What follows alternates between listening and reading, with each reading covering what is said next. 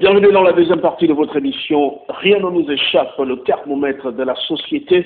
Il est important de rappeler aux uns et aux autres que le 17 décembre 2011, les Gabonais étaient appelés aux urnes. Pour certains, l'élection s'est très mal passée. Pour d'autres, elle s'est merveilleusement bien passée, allais-je préciser, avec un score important du PDG, 114 députés sur 120. Mais avant ces élections, il y a eu des choses, et il est important de rappeler le pourquoi nous allons diffuser ce reportage, parce que nous parlons de démocratie, de transparence électorale et des droits de l'homme. Sur ce plateau, comme il en était le cas dans la première partie de notre émission, Maître Paulette Oyalondo, avocate et membre de Ça suffit comme ça. Nous allons regarder cet élément et on se retrouve juste derrière. Bien plus qu'une rumeur, le phénomène d'achat des consciences en période électorale vient de faire son entrée au marché de Kembo. Certaines parmi ces commerçantes ignorent pourtant cette situation qui a fait un remue-ménage la moins de 24 heures dans ce lieu. Les gens parlaient ça de comme ça, moi je peux juste m'occuper d'un, je ne sais même pas de ça. Je ne sais pas. Moi je ne sais pas. Je ne suis au courant de rien. Chose plutôt étrange quand plusieurs autres commerçantes racontent cette situation au détail près. Les gens de politique, ils ont demandé 10 femmes d'aller récupérer les cartes de lecteurs et chacun va donner 100 000, 100 000, 100 000. J'aurais entendu qu'on a proposé des femmes 100 000 francs pour aller retirer leurs cartes pour aller voter. Ça va y vraiment poser des vraies polémiques parce que les autres voulaient s'attraper par rapport à ça et on s'est calmé. 2 ou 3 femmes sont venues, ils voulaient 10 femmes pour aller retirer des cartes et à chacune on donnera 100 000 francs. On est venu les recruter pour leur donner les cartes de lecteur et remettre une somme de 100 000 francs à chacune. Alors mesdames, comment qualifiez-vous une telle attitude? C'est pas bon, c'est mauvais. Ça ne doit pas être. C'est ignoble. C'est ignoble, c'est malhonnête. Je ne vends pas ma conscience. S'il y a les élections, pourquoi aller encore acheter les gens en cachette? Quand tu es sûr de ce que tu fais. C'est bien dommage que l'on ait toujours recours à ce genre de pratique. De quoi avons-nous peur? Voilà, c'était un reportage d'archives, il faut le préciser, de Bertheline Bongon pour le compte de l'émission Rien ne nous échappe. Alors maître, vous avez regardé avec nous ce reportage des manœuvres qui, ma foi, peuvent représenter un frein de la démocratie. C'est même pas qu'ils peuvent représenter, je suis consternée. C'est justement ce genre d'attitude qui prouve qu'on a du pain sur la planche pour instaurer la démocratie au Gabon. Parce que les gens pensent que s'installer au pouvoir par la force en achetant des votes, oui, en achetant des consciences, ce qu'ils voient, c'est leurs conditions personnelles. Parce qu'une fois que c'est là, ils n'ont aucun compte à rendre à la population. Et c'est précisément là le problème. Et c'est pour ça que ça suffit comme ça, la plateforme, ça suffit comme ça, qui regroupe les partis de l'opposition et les membres de la société civile, a voulu ouvrir les yeux des Gabonais pour dire attention, tout se passe au moment des élections. Les élections, c'est le cœur de la démocratie. C'était important que les Gabonais le sachent. Les élections, c'est le cœur de la démocratie. C'est parce que votre voix compte. Dans la règle, un homme, une voix, que vous choisissez librement votre gouvernement, que vous choisissez librement vos gouvernants. Si votre voix ne compte pas avec ce genre de choses, achat de conscience, et que les élections ne valent strictement rien, les gens vont s'installer et ils feront comme ils veulent, comme ils l'ont toujours fait. Et c'est pour ça que ce qui vient de se passer, le 17 décembre 2011, est très très bien.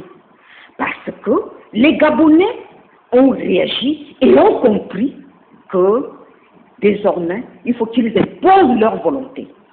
Et ça, c'est bon, on va le développer un peu plus tard. Mais ça, c'est l'un des engagements. Ça, c'est ce qu'on voulait. Parce que ce qu'on a, tout ce qui est arrivé là, a été prévu par nous. Ça suffit comme ça. On l'a fait depuis, ça faisait 2 mois qu'on disait qu'il faut des élections transparentes, et que s'il n'y a pas de transparence électorale, il n'y aura pas élection. Les gens n'avaient pas compris ce que ça voulait dire. C'était la non-participation. Nous n'avons pas inventé la roue. On s'est inspiré de Gandhi qui avait, dans son action politique, lancé la non-participation et la non-coopération.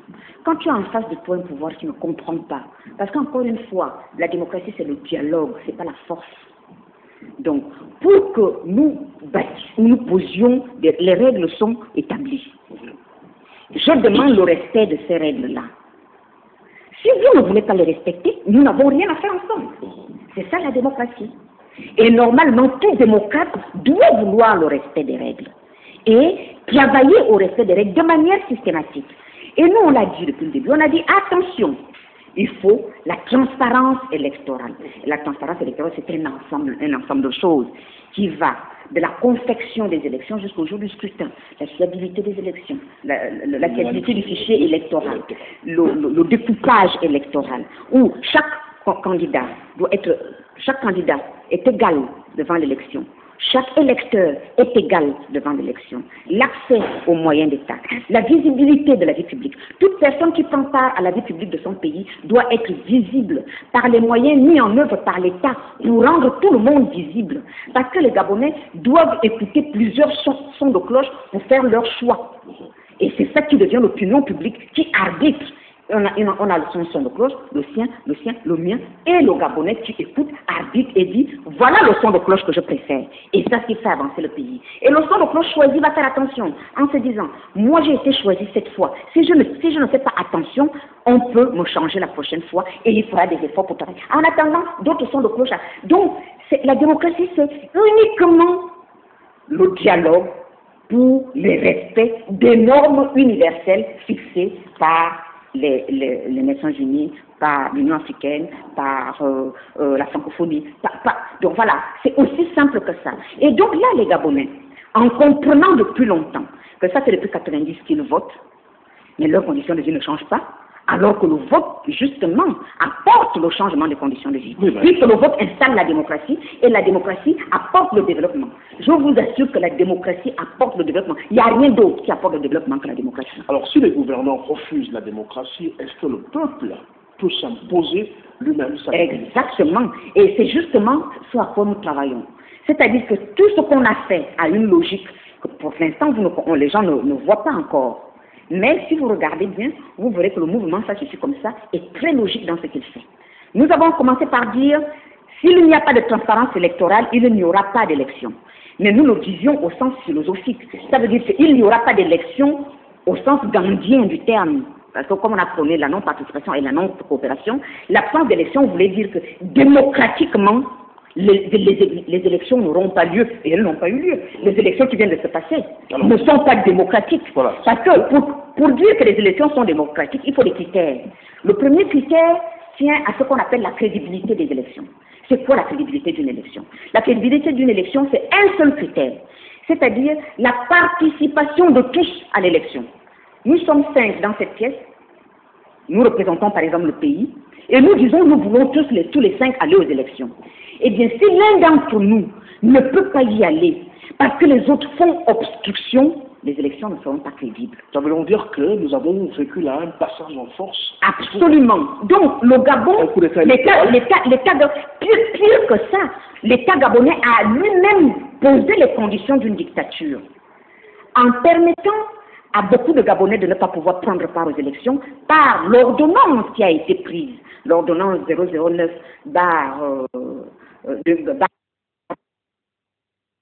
Ensuite, des petites cases, des pirogues, etc.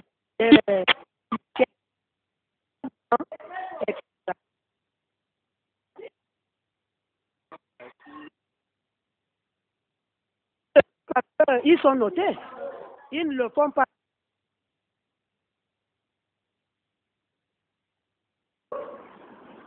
Et pas de manière consensuelle. Parce que l'ordonnance, en matière de normes, est inférieure à la loi. Mais voilà, l'ordonnance modifie la loi électorale. Et en modifiant la loi électorale, prend des dispositions pour interdire l'accès à la vie publique de beaucoup de Gabonais. Donc, rien que ça rend les élections pas crédibles. Ensuite, vous avez quand même un parti politique dissous. qui ne pouvaient pas participer aux élections en tant que parti politique, ça ne rend pas les élections crédibles. Et enfin, vous avez le fait que la seule chose, que ce soit les textes des Nations Unies, que ce soit les textes de l'Union africaine, pour que vous ne puissiez pas prendre part à la vie publique de votre pays, il faut que vous soyez frappé d'une éligibilité prononcée à la suite d'une décision de justice définitive rendue après un procès équitable. Donc si on est parti fabriquer un procès, on est parti vous fabriquer une histoire pour vous exclure de la vie politique, eh bien ça ne marche pas. Oui. Et on a vu des exemples en Côte d'Ivoire. En Côte d'Ivoire, on a tout fabriqué pour qu'Alassane Ouattara ne participe pas à la vie publique de son pays, 10 ans après il est président. Alors, Maître, il est important de revenir là-dessus parce que je voudrais qu'on y mette un point. Vous dites qu'on a dissous un parti. Vous n'avez tout de même pas laissé comprendre ou faire comprendre aux Gabonais que la vie politique du Gabon repose sur un seul parti, qui était l'Union nationale. Non, il y a bien d'autres partis de l'opposition qui ont pris part à cette élection et qui, à leur manière, ont crédibilisé cette élection. Non, justement. Est-ce que vous pensez que... Il suffit qu'une seule personne ne participe pas pour que les élections ne soient pas crédibles. Je vous dis que la crédibilité des élections tient à un critère, la participation de toute personne qui veut. N'oublions pas qu'il y a une règle, et la seule exception, je viens de vous la donner, la règle qui dit que toute personne a le droit de prendre part à la vie publique de son pays. Donc ça veut dire que... Donc la crédibilité des élections est fondée sur cette règle-là. Donc si vous êtes 10 à vouloir prendre part à la vie publique de votre pays et qu'on empêche une seule personne de prendre part, mais les 9 autres prennent part, eh bien, c'est pas crédible. Est-ce que c'est pas parce qu'il n'y a pas eu de biométrie finalement? Non, la biométrie est un élément de la transparence. Nous n'en avons pas fait une condition sine qua non. Non. Pas de transparence électorale, pas de biométrie, pas d'élection. Mais parce que, non, il faut bien comprendre une chose. Nous n'avons jamais affirmé que la biométrie va amener toute la transparence électorale. Il y a 1 million de conditions de transparence. Je vous en ai cité quelques-unes de transparence électorale. La biométrie a été introduite au Gabon parce que les politiques n'ont pas confiance dans la confection des élections. Et ils ont pensé que la biométrie permettrait de fiabiliser le fichier électoral. Voilà le seul rôle de la biométrie. Mais la biométrie n'amène pas toutes les autres conditions de transparence. Il y a bien des pays où l'on réalise où l'on fait des élections transparentes, où l'opposition et la société civile se lèvent pour dire que ça s'est bien passé alors qu'il n'y a pas de biométrie. Vous voyez? Mais il se trouve que dans nos rangs, Sema Mbundu avait porté la biométrie. Donc, c'était une façon de reconnaître son travail, dont le cas de biométrie lui était particulièrement destiné, mais lui-même savait que ce n'était pas la panacée, mais il s'est battu pour cela, et quand on se bat pour quelque chose, il est normal que l'on vous en paye un tribut. Et donc, c'était un hommage au fait qu'il a porté cette loi, au fait que c'est bon. Donc, mais nous n'avons jamais dit que la biométrie réglait tous les problèmes de transparence. Personne ne peut le dire. Enfin, non. Alors, finalement, dans une élection qui ne voit pas une transparence avérée, est-ce qu'on peut parler de violation des droits de l'homme? Non, pire que ça. Alors, donc je vous disais que les élections au Gabon ne sont pas crédibles. Pourquoi? Parce que toutes les personnes qui ont voulu prendre part à ces élections n'y ont pas pris part. Il y a une ordonnance qui exclut. Parce que vous le leur avez demandé. Non, vous ne parlez pas. Attention, prendre part en tant que candidat. Oui, il faut distinguer le candidat. Mais d'aucuns peuvent l'interpréter autrement. Non, il ne faut pas interpréter autrement, justement. Certains opposants ont dit ne pas prendre part à ces élections parce que leur parti a été dissous. Mais parce que, justement, je ne sais pas si certains opposants ont dit ça, je ne l'ai pas entendu. Non, parce que moi, certaines indiscrétions le disent. Peut-être les indiscrétions, comme vous avez dit sur notre parti. Non, moi je travaille avec certaines personnes, je suis dans une plateforme où je travaille avec certains grands de ce pays. Je n'ai pas entendu ces propos. C'est une parenthèse. Hein. Oui, mais non, mais je vous dis, moi je n'ai pas entendu ces propos. Et vous savez, moi je ne viens jamais sur un plateau de télévision pour défendre quelqu'un. Je défends les idées et je défends le Gabon. Et mon parti, à moi, c'est le peuple gabonais.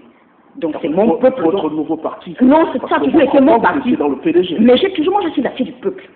Donc ça n'a jamais changé. Mon parti, à moi, c'est le peuple gabonais. Donc quand je parle au nom du peuple, je suis issue du peuple, je suis la fille du peuple. Donc c'est le peuple gabonais qui m'intéresse. Donc moi je ne suis pas là pour défendre les gens, mais j'énonce les choses. Donc, encore une fois, on peut dire ce qu'on veut. La crédibilité d'une élection allez vérifier dans tous les textes que vous voulez. Ça tient au fait que toutes les personnes qui veulent prendre part à l'élection comme candidat, parce que la crédibilité de l'élection, c'est moi je prends part à la vie publique en tant que candidat, je veux être acteur de la vie publique. Et vous avez les électeurs, donc vous avez deux partis. Donc, comme candidat, ceux qui veulent prendre part à la vie publique de leur pays doivent prendre part à la vie publique de leur pays. Sauf s'ils sont inéligibles à la suite d'un jugement définitif rendu après un procès équitable. Est-ce que le régime d'Ali Bongo Ndimba le sait? Bah, ça, je ne sais pas. Bah, vous savez, moi je suis souvent étonnée parce qu'il y a beaucoup de choses que je vois faire. Vous pouvez également faire preuve de pédagogie. Bon, écoutez, moi la seule école qui ne délivre pas de diplôme, c'est la vie, parce qu'on apprend tous les jours. S'ils ne le savent pas, vous pouvez nous leur apprendre. Bah, bon, moi, m'adresser aux gouvernants n'est pas mon... C'est-à-dire qu'en fait, le problème est, si on était dans une république, je vais vous dire une chose franchement, si on était dans une république, avec des gens qui se disent, nous tenons les rênes de l'État pour l'intérêt général, je leur dirai des choses, je leur dirai ce que je pense, en me disant, ils sont obligés de m'écouter parce que je suis citoyenne. Mais j'ai l'impression que nous sommes dans un pays où tout est partisan. Et qu'est-ce que vous pouvez faire avec des gens qui sont complètement partisans? Le grand problème des gens partisans, c'est qu'ils ne vous écoutent pas. Vous pouvez dire des choses justes, vous pouvez dire des choses vraies, vous pouvez dire des choses tout à fait objectivement. L'esprit partisan, c'est que, les gens sont... Alors, maître, donc, du coup, moi, je m'adresse au peuple et je laisse les gouvernants faire comme ils veulent. Mais de toute façon, le problème, c'est quoi? Le problème, c'est que la réalité démocratique, c'est-à-dire que quand le vécu démocratique va s'imposer, et aujourd'hui, le choix du Gabon est clairement fait que le Gabon n'est pas un pays démocratique, et la situation va être bloquée au niveau même du fonctionnement des institutions. Parce que vous ne pouvez pas, au XXIe siècle, avoir une assemblée monocolore. Voilà, alors justement... Démocratiquement, je ne sais pas comment ils vont faire. C'est une violation de la démocratie. C'est un déni. C'est même plus une violation. À ce niveau, est-ce que le peuple peut porter plainte à l'État? Non seulement le peuple doit porter, non seulement le peuple peut porter plainte. Je dis même au peuple gabonais que chaque fois qu'il se lève le matin, il doit porter plainte pour quelque chose. N'importe quoi, il faut. Ça va faire trop de plaintes, hein? Mais c'est comme ça qu'un pays fait avancer. C'est comme ça qu'on fait avancer. Non, je termine pour dire que non seulement le peuple doit porter plainte, mais aujourd'hui, le peuple a posé un acte important. Son comportement pendant les élections du 17 décembre 2011 est un acte fondateur du peuple gabonais. Parce que vous vous rappelez que souvent, je disais aux Gabonais, devenez des citoyens, cessez d'être des individus. Et bien là, nous avons vu ce qu'on appelle la transformation du corps social d'individus en citoyens, dont les Gabonais sont en train de devenir des citoyens. Et donc je leur dis aux Gabonais, à mon peuple auquel j'appartiens. Je suis moi la fille du peuple, donc je m'adresse à mon peuple, le peuple gabonais. Je lui dis, continuez comme ça, continuez à devenir des citoyens. Mais vous le faites comment? On le fait de deux manières. Et les deux manières vont ensemble. La première manière, c'est d'extirper la peur dans vos cœurs. Les Gabonais et Gabonaises, vous êtes chez vous, dans votre pays. Tant que vous n'avez pas commis de crime, et même si vous en commettez un, il y a la justice qui est là. Vous ne devez avoir peur de rien. Vous parlez de justice. Non, je parle de justice, oui, parce que les gens se font une mauvaise idée de la justice. Je ne dis pas que la justice gabonaise, il n'y a pas de reproche à lui faire. Vous comprenez? Non, justement, j'en viens. Je ne dis pas qu'il n'y a pas de reproche à faire à la justice gabonaise. Mais les gens de justice subissent autant d'injustices que les autres. Il y a des bons magistrats dans nos cours qu'on a écrasés, dont on a piétiné la dignité, dont on n'a pas reconnu le mérite. Et d'autres personnes ont des promotions. L'injustice que je dénonce, vous croyez que les magistrats ne la subissent pas? Même les avocats. Ah ben bien sûr. Je prends votre exemple. Bien sûr. Vous voyez, donc l'injustice est partout. Et donc quand je m'adresse aux Gabonais, je m'adresse au peuple gabonais, y compris aux magistrats. Et donc je leur dis, première chose pour devenir des citoyens, extirper la peur de vos cœurs. N'ayez plus peur. Vous êtes chez vous. Ça veut dire que la peur a changé de camp? Il faut même qu'elle disparaisse. La peur ne doit même pas être dans un autre camp. Parce que même quand la peur est dans le camp des gouvernants, avec la peur, ils font des choses qui détruisent les vies des gens. Parce qu'ils ont peur de perdre leurs privilèges. Par exemple, les castes. Vous voyez? On ne casse pas les méchants des gens. Justement, mais... Donc, il faut que le peuple gabonais extirpe la peur. Parce que la domination est fondée sur la peur. On ne vous domine, la personne vient pour vous dominer parce qu'elle est persuadée que vous avez peur. Si vous n'avez pas peur, on ne peut pas vous dominer. On peut vous tuer, mais on ne peut pas vous dominer. C'est un appel à la révolution? C'est pas un appel, c'est un appel au rétablissement de la dignité. Un éveil de conscience? Un éveil de conscience, un appel au rétablissement de la dignité. Donc, la première chose que tous les Gabonais doivent faire, c'est d'extirper la peur de leur cœur. Et la deuxième chose à faire, c'est de se regrouper en association, en mouvement, en groupement d'intérêts pour défendre leurs intérêts. Mais ça, c'est très important. Mais nous allons rapidement regarder cet élément. D'accord.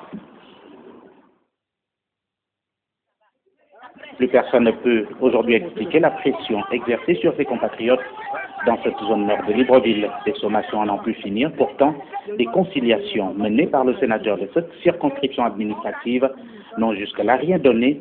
Ses compatriotes, avec les assurances du chef du département de l'habitat, sont toujours surpris du retournement de la situation. Une fois de plus, elles sont sorties de leur réserve pour exprimer leur mécontentement.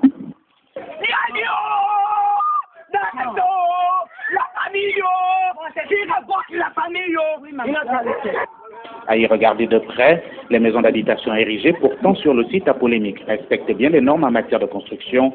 Que reproche-t-on à ses compatriotes et pourquoi refuse-t-on jusque-là de les intégrer? Si tel est que c'est la Société nationale immobilière qui est propriétaire du site, qui se cache réellement derrière toute cette incompréhension, au point de vouloir supprimer les droits des Gabonais, des interrogations qui, sans réponse, ne risquent pas de calmer ses habitants en furie. Le président, il a demandé il a dit à ceux que, avant de casser un Gabonais, c'est son porte-parole qui a parlé à la télé. Il a dit on va venir lui donner la clé. Les pouvoirs publics semblent bien fermer les yeux sur cette galère des populations d'Angonji qui, pour leur venir en aide, il semble, selon les casseurs, que le chef de l'État aurait demandé de casser tout ce qui se trouve autour du stade. De quel chef de l'État s'agit-il? Celui qui a dit ne pas supporter la misère de ses compatriotes ou un autre? Que le département de l'habitat soit clair. Je ne sais même plus quoi dire. Parce que cette affaire-là date déjà depuis 2 mois et 9 jours. J'ai rencontré personnellement le directeur de Bestel ce matin, un blanc, qui a dit qu'il n'avait jamais été question de casser quelqu'un. Il n'a jamais demandé à ce que quelqu'un soit cassé. Donc finalement, qu'ils nous disent, qu'est-ce qui se passe? On n'a donc pas encore fini avec la détresse de nos compatriotes. Cette affaire pourrait avoir des conséquences fâcheuses, mais également incalculables. Tous ici sont encore sous le choc. La douleur pour certains d'avoir vu leur maison d'habitation s'écrouler sous la hantise des pelles des engins sur les lieux depuis le lancement de cette opération de casse. Voilà un peu plus de 2 mois. D'aucuns parleraient de la loi qu'il faut appliquer, mais ici, on considère qu'elle est appliquée à 2 vitesses. Il suffit que les autres lui disent de faire. C'est vrai. Quand il ne fait pas, il va tomber et les autres seront le Dieu ouvert comme ça. Les lois pleurent. Ali avait dit le premier jour que vous les abonnés vous allez pleurer. Moi aussi je vais pleurer. C'est ça pleurer. La personne qui est venue construire en tant que ça, il va là où nous allons habiter. On ne pas ici là. On n'a pas la solution. C'est une autre vie qui s'organise autour du stade de l'amitié d'Angonji. Sans toit fixe pour certains et les autres en attente, le choix n'a pas été difficile. Les habitations d'un promoteur situé juste à l'opposé du dit stade d'amitié sont occupées désormais par ces pères et mères de famille qui n'entendent pas du tout partir de là si aucune solution n'est trouvée. Alors, on s'organise entre la préparation des mets et les matelas à même le sol pour pouvoir passer la nuit. On a dit, ça c'est la verdure, il faut qu'au bord du stade, il y ait de la verdure. Maintenant, voilà, c'est les promoteurs qui viennent placer leur maison. Donc, tout le pays, là, il n'y a que les promoteurs qui doivent rester là. Mais comme les 5000 logements ne viennent pas, c'est un promoteur qui cherche l'argent. Nous sommes au bord du stade, on a cassé à 1 kilomètre pour laisser ces maisons au bord du stade. Donc, nous sommes maintenant venus, on n'a plus de maison. On reste dans ces maisons-là. Et le président va compter le nombre de maisons dans son projet de 5000 logements. Il enlève déjà ces maisons-là, il les paye pour nous. C'est une nouvelle tournure que prennent les événements. Ces populations qui flairent une entourloupe comptent accentuer dans tous les cas leur pression pour avoir gain de cause sur ce qu'elles qualifient aujourd'hui comme une violation des droits des citoyens. J'ai entendu dire quelque part, pendant que les uns vous fouettaient avec les lianes, moi, je vais vous fouetter avec les scorpions.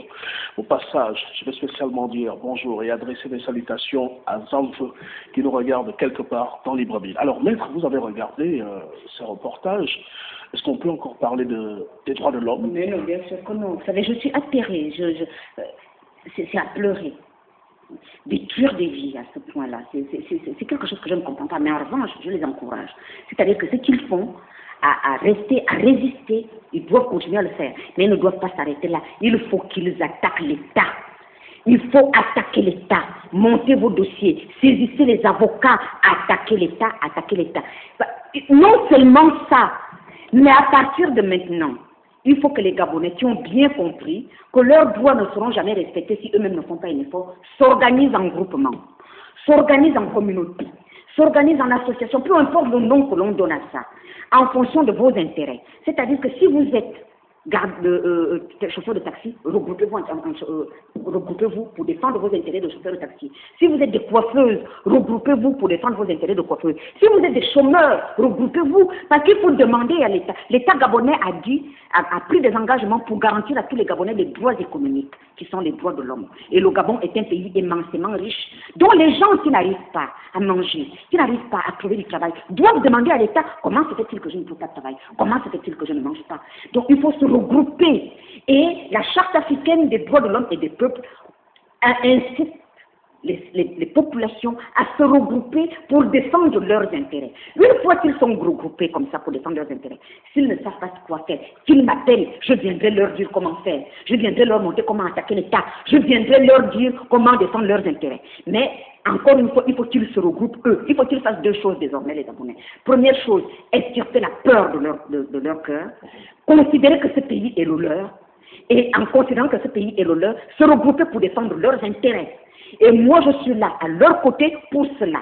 Qu'ils m'appellent à quelque moment que ce soit, c'est vrai que je suis très chargée. On s'organisera pour que je passe chez toutes les personnes qui se seront organisées pour leur dire comment il faut faire, parce que désormais, il faut que nous imposions à l'État le respect de notre dignité, c'est-à-dire la démocratie. Donc, comme ça ne peut pas venir des gouvernants, il faut que ça vienne de nous, le peuple. Est-ce que les Gabonais connaissent toujours leurs droits? Non, malheureusement. Mais c'est pour ça que je les incite à se regrouper. Et c'est pour ça que je me mets à la disposition du peuple gabonais, de tous les Gabonais, quelle que soit leur province. Avec le temps, avec le mouvement Ça suffit, comme ça, nous allons faire des caravanes. Et on va voir les gens qui se seront regroupés pour défendre leurs intérêts et leur dire comment ils peuvent faire.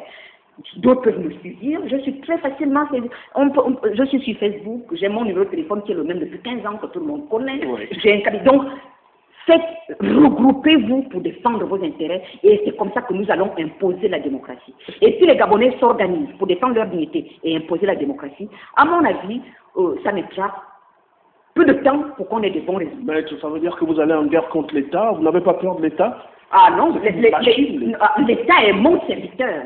Pourquoi est-ce que j'aurais peur de mon serviteur?